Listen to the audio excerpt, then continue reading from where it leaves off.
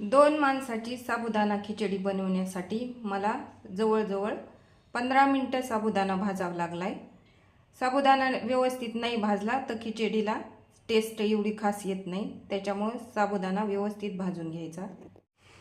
नमस्कार, स्वागत आहे आपल्या चॅनलवरती। आज आपल्याला साबुदाणा खिचडी करायची। ही साबुदाणा खिचडी आपण नेहमी करतो तशीच करायची, पण शाबू कसा भिजवायचा ती पद्धत तुम्हाला सांगणार आहे। हा भिजविलेला साबुदाणा घेतलाय, त्याच्यासाठी शेंगदाण्याचा कुट्टा घेतलाय। साबीत शेंगदाणे ते जर आपण ह्या 2 वाटीने साबुदाणा भिजवाय घातला तर कमीत कमी 1.5 वाटी शेंगदाणे घ्यायचेत। त्याच्यातले मी अर्ध्या शेंगदाण्याचा कुट्टा केलाय, थोडेसे शेंगदाणे साईडला ठेवलेत आणि हिरवी मिरची आणि शेंगदाणे एकत्र असे मोठाले कुटून घेतलेत। मोठा बटाटा कट करून घेतलाय असा लांब आकारात। तूप घ्यायचे जेवढं पाहिजे तेवढं, म्हणजे जसं तुम्हाला वापरायचंय तसं कमी जास्त वापरू शकतात। आणि चवीनुसार मीठ टाकायचं आहे आपल्याला। गॅस चालू करून कढई गरम करायला ठेवली होती, त्यामध्ये तूप टाकून घ्यायचं। तूप गरम झालं की शेंगदाणे तळून घ्यायचेत आपल्याला। शेंगदाणे तळे काढून घ्यायचे। शेंगदाणे काढून घेतलेल्या तेलामध्ये हे कट केलेले बटाटे टाकून घ्यायचे।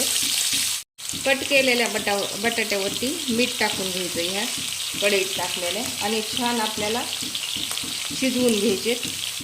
बटाटे कमी गॅसवर आपण तुपामध्ये शिजवाय ठेवलेत झाकण ठेवून। तर तोपर्यंत सांगते, हा शाबू 1 तासभर भिजवलेला आहे। तर तासभर भिजवायचा कसा, पूर्ण शाबू पाण्याने धुवून घ्यायचा, परत हे ताट भरून पाणी शाबूमध्ये ठेवायचं आणि 10 मिनिटं पाण्यात असाच शाबू ठेवायचा। नंतर सगळं पाणी साईडला काढून घ्यायचं। साईडला पाणी काढल्यानंतर हा शाबू एकतर वरून कपडा झाकून ठेवायचा, ताट झाकायचं नाहीये। ताट झाकल्यामुळं शाबू असा कोरडा होत नाही, मोकळा। तर कपडा झाकून ठेवायचा, त्यामुळं शाबू 1 तासामध्ये छान फुलतो। रात्रभर शाबू भिजू घातला तर त्याची चव एवढी चांगली लागत नाही आणि कधी कधी गडबडीत आपल्याकडून शाबू भिजू घालायचा विसरतो ना, तेव्हा असा शाबू केला तरी चालतो। हा थोडासा निब्बर राहतो पण टेस्टला खूप छान होतो। सगळा शाबू हाताने मोकळा करून घ्यायचा।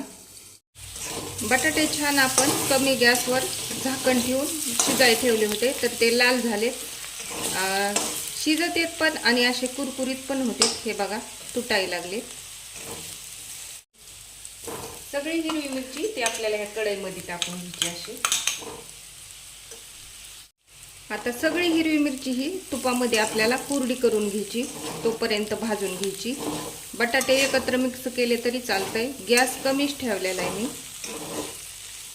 कमी गॅसवर मिरची भाजल्यामुळं ठसका पण उठत नाही आणि मिरची अशी छान तळसली जाते, कोरडी होते। मिरची कोरडी जर झाली तरच शाबू मोकळा होतो, नाहीतर शाबू पण चिकट होतो। ह्या शाबूला तुम्ही तुपाऐवजी तेलाचा पण वापर करू शकतात। हिरवी मिरची आणि शेंगदाण्याचा कुट्टा आपण छान कमी गॅसवर तुपामध्ये परतून घेतलाय। हे बघा मोकळा सुळसुळीत झालाय। तूप सुटेपर्यंत आपल्याला हिरवी मिरची आणि कुट्टा परतून घ्यायचा आहे। त्यामध्ये आता घेतलेला हा शाबू तो टाकून घ्यायचा आहे। सगळा शाबू टाकून घ्यायचा आहे। आता हा शाबू मिक्स करून घ्यायचा आहे। गॅस कमीच ठेवायचा आहे। पूर्ण शाबू आपला कुट्ट्यामध्ये मिसळून झालाय। आता गॅस फुल केला तरी चालतो। 2 मिनिटं शाबू आपण भाजून घेतलाय। आता नंतर चवीनुसार मीठ टाकायचंय।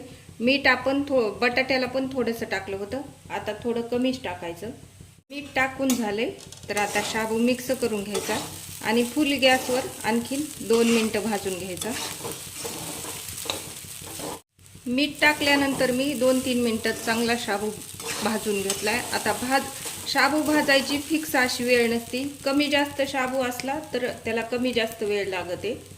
गॅस कमी करून व्यवस्थित शाबू एकदा मिक्स करून घ्यायचा। आता 2-3 मिनिटं आता झाकून ठेवायचा, वाफ काढून घ्यायची। आता 2-3 मिनिटं झाले तर वाफ पण आली शाबूला। आता मिक्स करून घ्यायचं सगळं।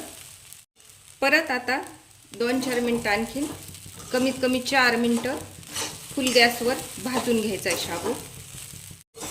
अशा टायमाला शाबू पूर्ण सारखं मिक्स करीत राहायचा, त्यामुळं बुडाला करपत नाही ते शाबू.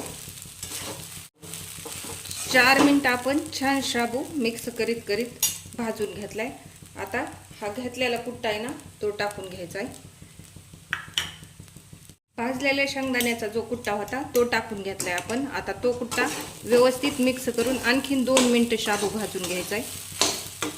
2 मिनटं फुल गॅसवर शाबू भाजून झालाय. आता गॅस बंद करून घ्यायचा आणि जे आपण तळून घेतलेले शेंगदाणे आहेत ना ते टाकून घ्यायचेत. आता हे असे मिक्स करून घ्यायचे. शेवटला ह्याच्यासाठी टाकलेत की शेंगदाणे कुरकुरीत राहतात. तयार आहे 1 तास साबुदाणा भिजवून केलेली साबुदाणा खिचडी. नक्की ट्राय करा. व्हिडिओ आवडल्यास लाईक करा, शेअर करा, सबस्क्राईब करा आणि बेल वाजवायला विसरू नका. कमेंटमध्ये सांगा खिचडी कशी झाली ती. थँक्यू.